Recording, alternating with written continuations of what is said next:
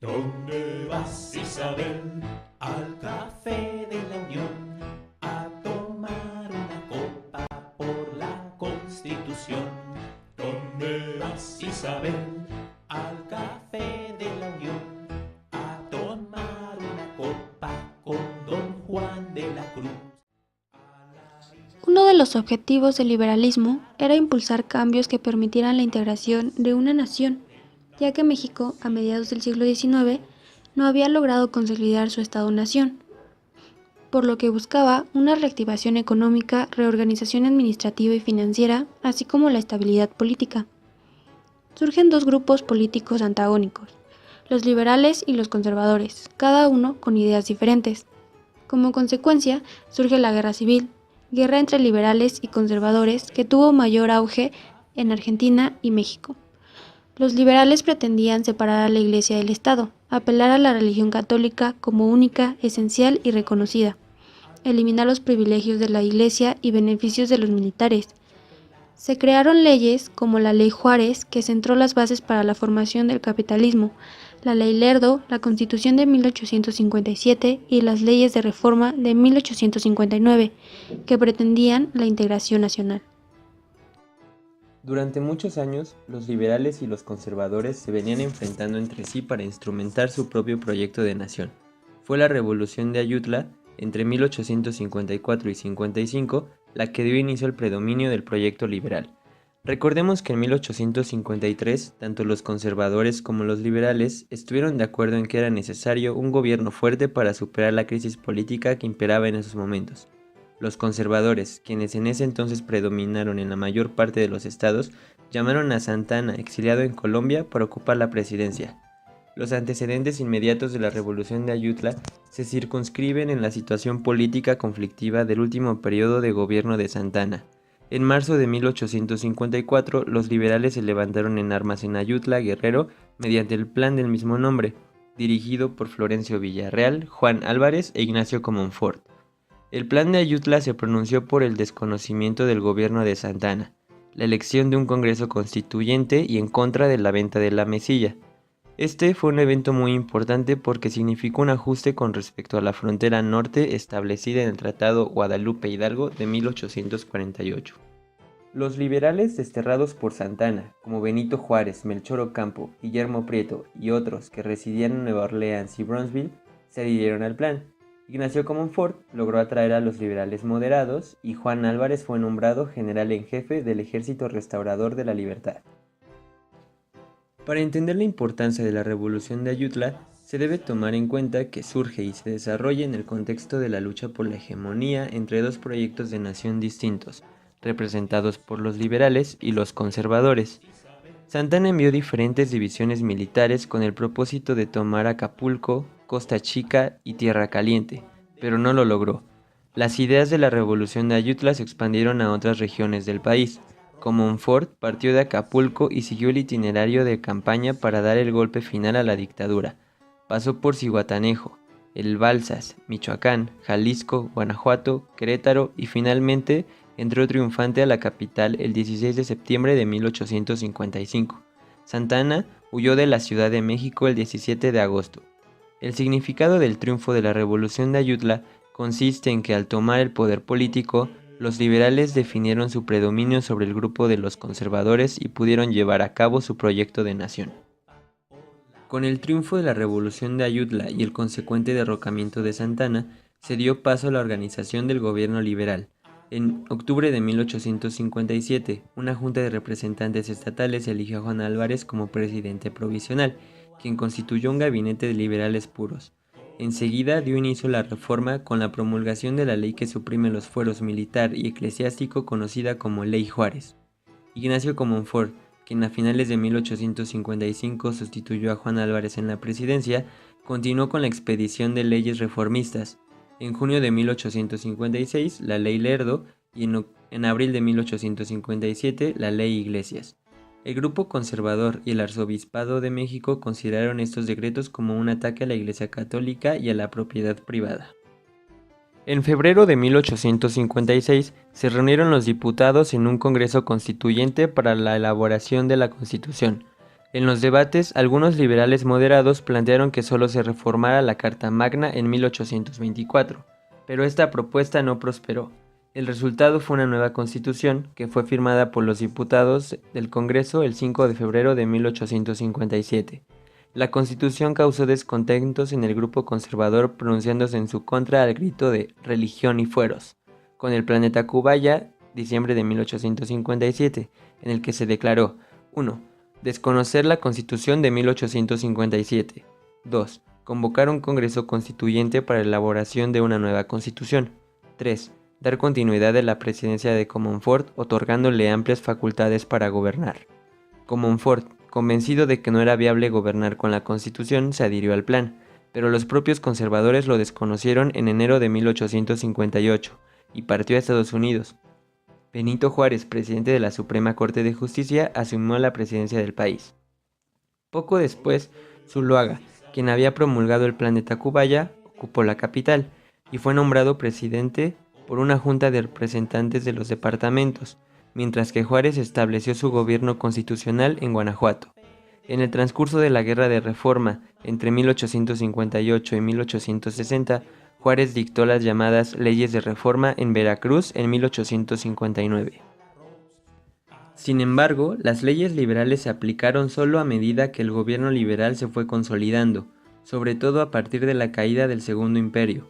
Las leyes de reforma fueron incorporadas a la Constitución durante la presidencia de Sebastián Lerdo de Tejada en 1873, consolidándose así la separación entre la Iglesia y el Estado.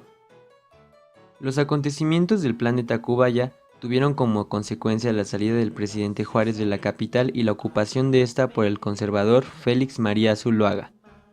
El 19 de enero de 1858, en Guanajuato, Juárez publicó un manifiesto en el que declaró restablecido el gobierno constitucional de la República, iniciándose así la Guerra de Reforma.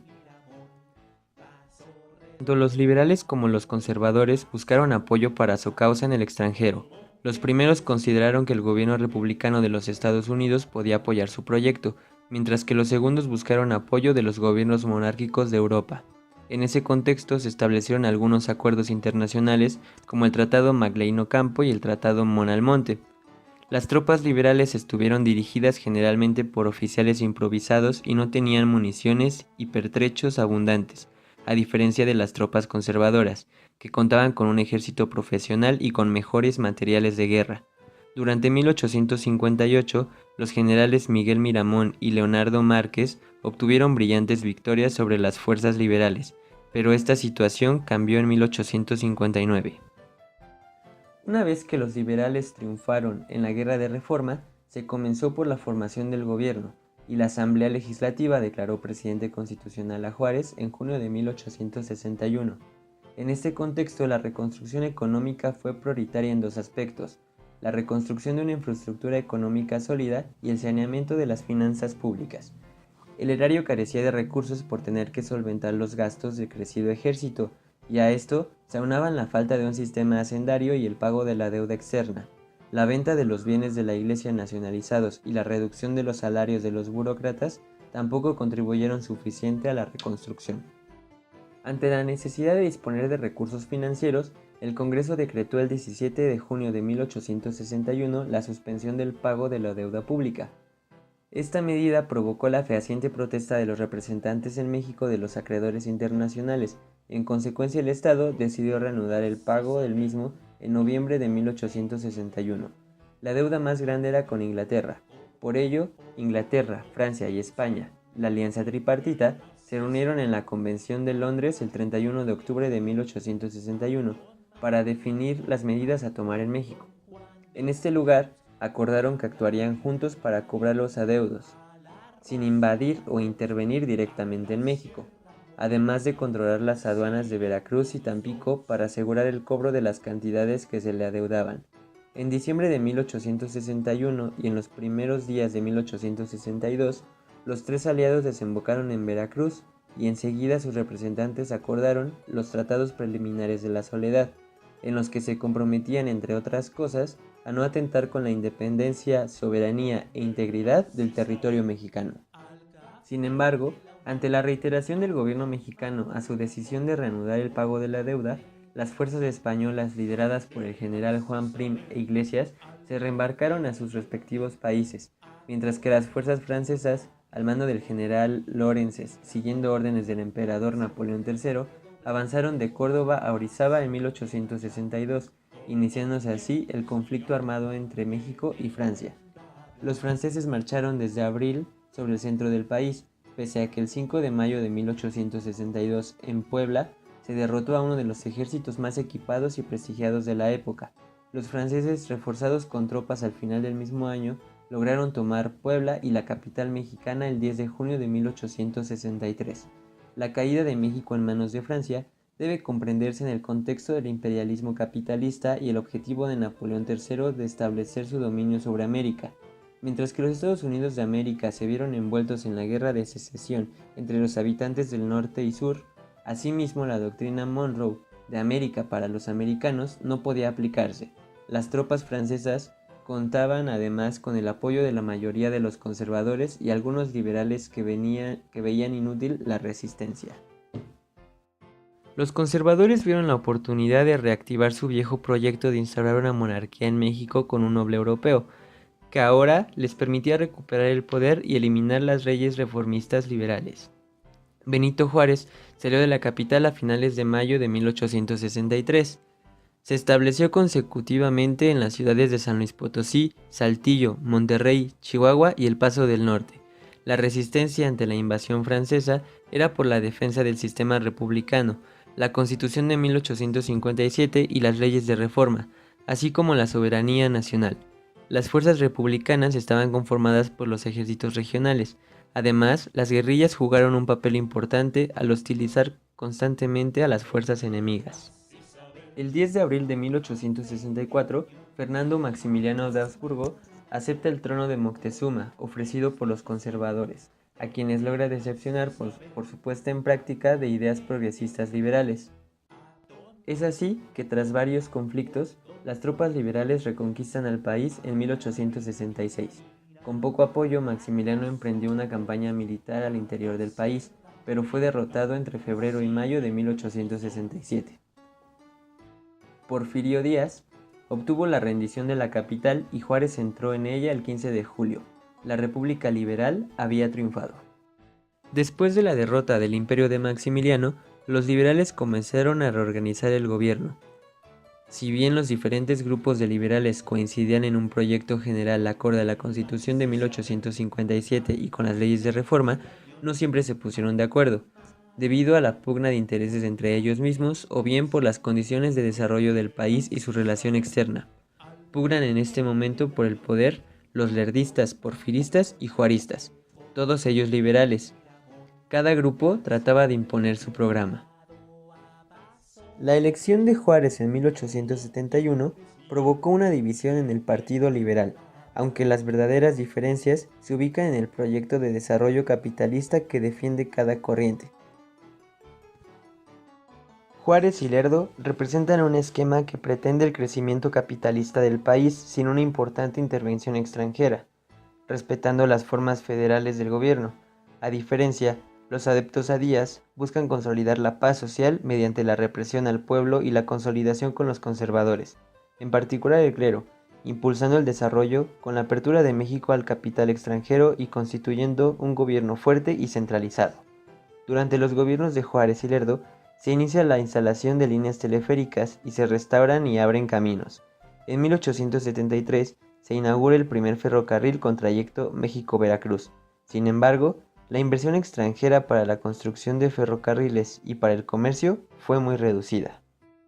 Fue durante el gobierno de Porfirio Díaz que se consolidó un Estado liberal capitalista de carácter oligárquico. El proyecto porfirista se estructuró básicamente en torno a la idea del progreso, en el que destacaba el crecimiento económico y la estabilidad política, pero dada la insuficiencia del capital nacional para invertir en ferrocarriles que impulsaran un mercado nacional y crear industrias modernas, Díaz consideró que era necesaria la apertura a los capitales extranjeros. Los propósitos de ir en pos del progreso se cambiaron con la situación del contexto mundial que desde las últimas décadas del siglo XIX presentó una nueva configuración del desarrollo del capitalismo. el imperialismo capitalista, con base en procesos como la Segunda Revolución Industrial, el predominio de los monopolios y el surgimiento de nuevas potencias como Estados Unidos y Alemania. La base ideológica más importante del porfirismo fue el positivismo, corriente filosófica, sociológica e histórica que surge en el siglo XIX.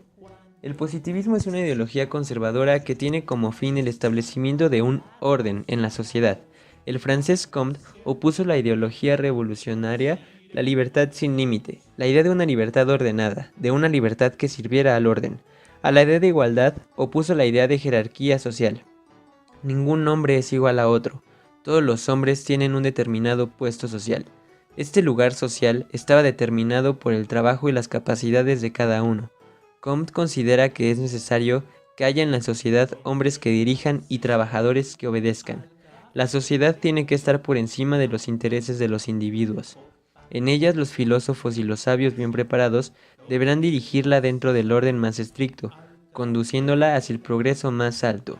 Este ideal de orden social fue traído a México como una política nacional, una cultura elitista, afrancesada y profundamente avergonzada de nuestra tradición indígena. Fue la cultura de la élite, que se recreaba en una pretendida modernidad de la cual habían sido excluidos la mayoría de los mexicanos. Los positivistas mexicanos o científicos ejercían una gran influencia en la orientación política y administrativa del gobierno porfirista. Ello se debe a que muchos de ellos ascendieron a los más altos niveles de la burocracia y la escala social, y se convirtieron en importantes asesores de Porfirio Díaz.